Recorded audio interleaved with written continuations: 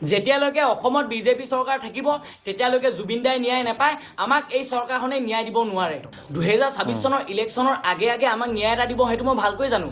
কিন্তু সেই ন্যায়টো এটা অশুদ্ধ ন্যায় দিয়ে আমাক থৈ দিব যদি আমাক শুদ্ধ ন্যায় লাগে তেতিয়াহলে আমি এইবাৰ বিজেপি চৰকাৰক হৰুৱাব লাগে কেনেকৈ হাৰিব আমি ভোট নিদিলে হাৰিব আমি নতুন প্ৰজন্ম হয় আমি ইচ্ছা কৰিলে দেশ হলাবও পাৰো জ্বলাবও পাৰো জুবিন দাই কৈ গৈছে তো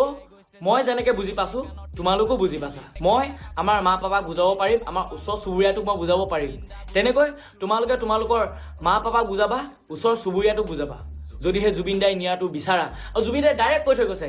বিজেপি বটলা মাল বিজেপিক এবাৰ ভোট নিদিব তো জুবিন দাৰ আত্মা শান্তিৰ কাৰণেও আপোনালোকে বিজেপিক এবাৰ ভোট নিদিব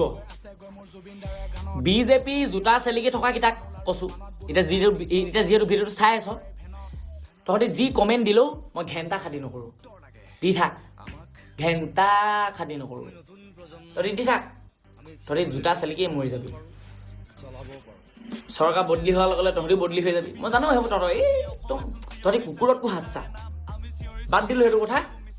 তো এইবাৰ আমি চৰকাৰ সলনি কৰিব লাগিব